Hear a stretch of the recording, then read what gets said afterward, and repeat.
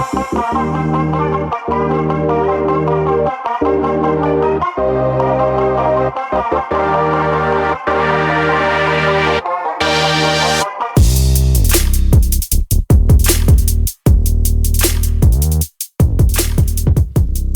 you for checking out Real Talk Personal Finance. Shit's about to get real. Cashflow King with you today, and in today's episode, we're going to talk about FinCEN and the BOI reporting requirement. Thanks so much for tuning into the show. As always, we really appreciate it. This should be a fairly quick episode, but this is something that is important to anybody that has a company or has a business.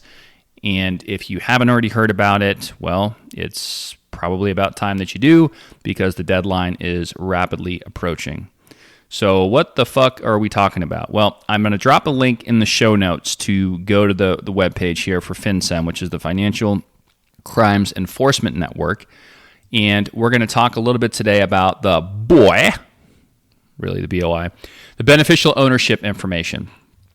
So basically, for those that may not be familiar, I'm going to read a few things from this quick report from FinCEN.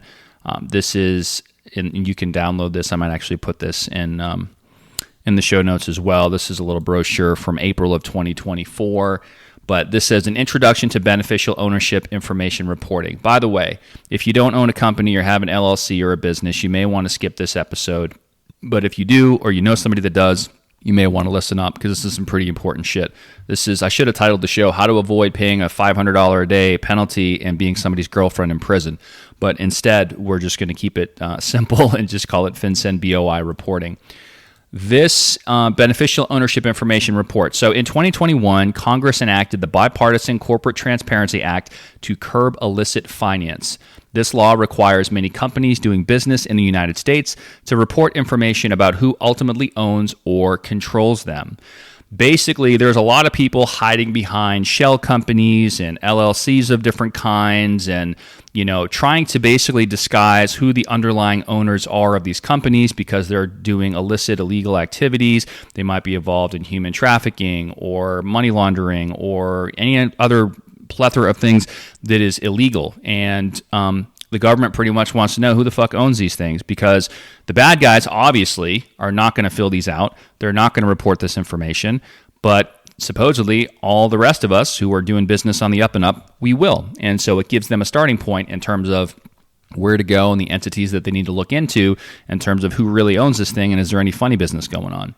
So this is regarding a new federal reporting requirement for beneficial ownership information, BOI. It says, effective January 1st of 2024, many companies in the United States must report information about their beneficial owners, the individuals who ultimately own or control the company, to the Financial Crimes Enforcement Network, which is FinCEN, a bureau of the U.S. Department of the Treasury. Filing is simple, secure, and free of charge. Beneficial ownership information reporting is not an annual requirement. Unless a company needs to update or correct information, a report only needs to be submitted once. So there is information to, hyperlinks that are linked to this document. If folks have questions, there's a section on who has to report. And basically, according to this, and if you have to report, your company is called a reporting company. So for example, even myself, I have an LLC that owns some rentals. I have to, even though that's all that LLC does, I am required to report. So my LLC is considered a reporting company, okay?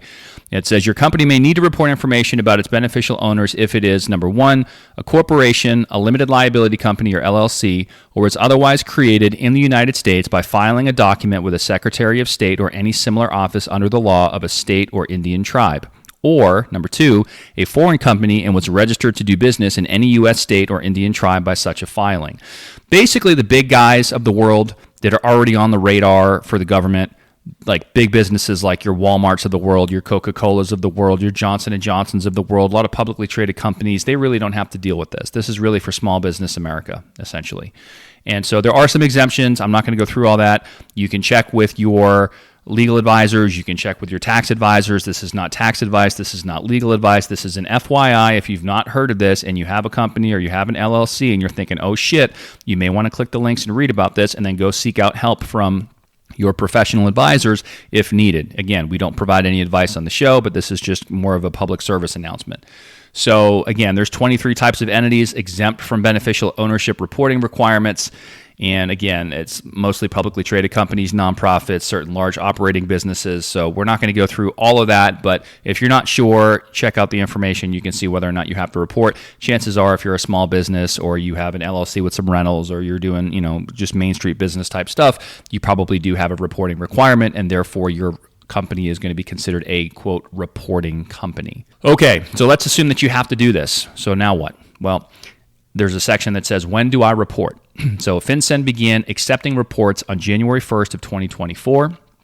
If your company was created or registered prior to January 1st of 2024, you will have until January 1st of 2025 to report BOI. So again, at the time of this recording, we're at the end of November, and this is something that is rapidly approaching. The fines and penalties for this are pretty stiff. Will they get extended? I don't know. At the time of this recording, it's not clear, but I don't want to wait for that to happen. I personally was kind of dragging my feet on this for the better part of the year. Our accountant sent something out and pretty much was like, let's just kind of essentially wait it out and don't feel like we need to go ahead and jump on this right away. Well, I've not really heard much from him since. It's kind of been crickets. I don't really see that this is that big of a deal. You're pretty much just saying, hey, raising your hand and saying, hey, I own this LLC. Everything's all good. I'm on the up and up. Check me out if you want to. And that's it. It's a pretty simple process that we'll kind of go through here in just a little bit. Let's see. If your company is created or registered in 2024, you must report the BOI within 90 calendar days after receiving actual or public notice that your company's creation or registration is effective, whichever is earlier. So basically, if you had a company or an LLC before January 1st of this year in 2024, you have until January 1st of 2025 to report this. If you formed a company in 2024, you got 90 calendar days. Okay. If your company is created or registered on or after January 1st of 2025, so next year at the time of this recording, you must file the BOI within 30 calendar days after receiving actual or public notice that its creation or registration is effective. Any updates or corrections to beneficial ownership information that you previously filed with FinCEN must be submitted within 30 days. And ironically, I actually had to file a correction because of a small oversight on my part. I should have trusted my gut instinct. I accidentally filled this out incorrectly to begin with and then had to submit a correction just within a few minutes thereafter. No big deal. So if we go to fincen.gov, FINCEN, fincen.gov, G-O-V, /BOI, beneficial ownership information, then you will come to a main page here. You can look at some reference materials, you can watch some videos, you can download the brochure that I basically just regurgitated to you at the bottom where it says brochure introduction to BOI reporting. Once you've done all that and you've realized, hey, you know what, I do have a filing obligation, I do have a reporting company, I need to submit this shit, and I want to go back to eating fucking turkey and doing all my Thanksgiving shit, here's where you go. There's a section on that page that says File, and then on the right-hand side, the first link will say File a Report using the BOI e-filing system. So you're going to start by clicking on that. And then at the top right, it says Beneficial Ownership Information Reporting, and there's a blue button that says Get Started. So if we click on that, it'll bring us to the next page. At this point, I'm going to go down to the bottom link where there's a little picture of a globe that says Web, and it says File Online, BOIR, for Beneficial Ownership Interest Report, and there's a blue box link that says Prepare and Submit BOIR. A pop-up will come up. You're going to click on I agree, and it's going to bring you to the actual initial report. For most people, they're probably going to choose under number 1A for initial report. It will have the date pre-filled. It will have some information below that. You're going to continue on to the next section under the reporting company tab. If you have never received, let's see here, if you've never done this before and I had to do this, I checked box number 3 that says request to receive a FinCEN ID. So, and if you click on the little help section, it will have a drop down that tells you to check this box to receive a unique FinCEN identifier for the reporting company. And then they tell you that that will be provided in the submission confirmation detail provided to the filer, that's you, after the report is accepted. So basically, at the end of this thing, when you hit the submit button, it's going to pop up a number, a FinCEN identifier, a FinCEN ID, and you're going to want to save that for your company going forward. So I did check that box. It's going to ask you for the reporting company's legal name, so you're going to put that in there. In my case, it was the name of my LLC. Number 6, an alternate name. So if you have a DBA, doing business as, you would want to put that in there. That section is not required. For some of you, it may not apply. Form of identification. So I did go ahead and select EIN for employer identification number. I do have an EIN for the LLC. I went ahead and entered that. It's going to ask you for jurisdiction. And let's see, country, most of you, it's going to be the USA. And then it's going to have information on the address. And that's basically the second tab under the reporting company. Okay. Now, let's see here. Reporting company, FinCEN ID. Okay. Next is going to be under company applicants.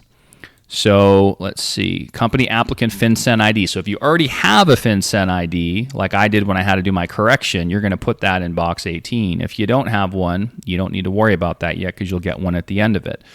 And it's going to ask for, again, name, date of birth. It's going to ask for address. It's going to ask for some sort of documentation. I believe I used a driver's license, and it's going to ask you for like your driver's license number. Jurisdiction and state, and then it's going to have a tab for you to upload that information. So whether you use a driver's license or a passport or any of the other acceptable forms, you should be able to upload that in box 33. That should take care of that section. And let's see, then the fourth tab is going to be beneficial owners. So again, you are going to go ahead and put your information in there as the beneficial owner. It's important to know that they really want to know who the owner is as an individual. So even like, for example, I have a revocable trust that owns the LLC. So technically the trust is the member of the LLC and I am trustee of the trust. But really what they want to know is who the fuck controls this thing. And the answer is Cashflow King. So it's my personal information that's going to go down there. And by the way, this is not public information once you submit it. This is between you and FinCEN, basically. So you need to be truthful about this and actually put your information in there. So that's going to be under beneficial owners. And then finally, you'll get to the final screen where you can go ahead and you can click on submit. And that is pretty much that. So again, consult your professional advisors. This isn't advice. I just wanted to go through this quickly and just kind of guide you through it for education and entertainment purposes only.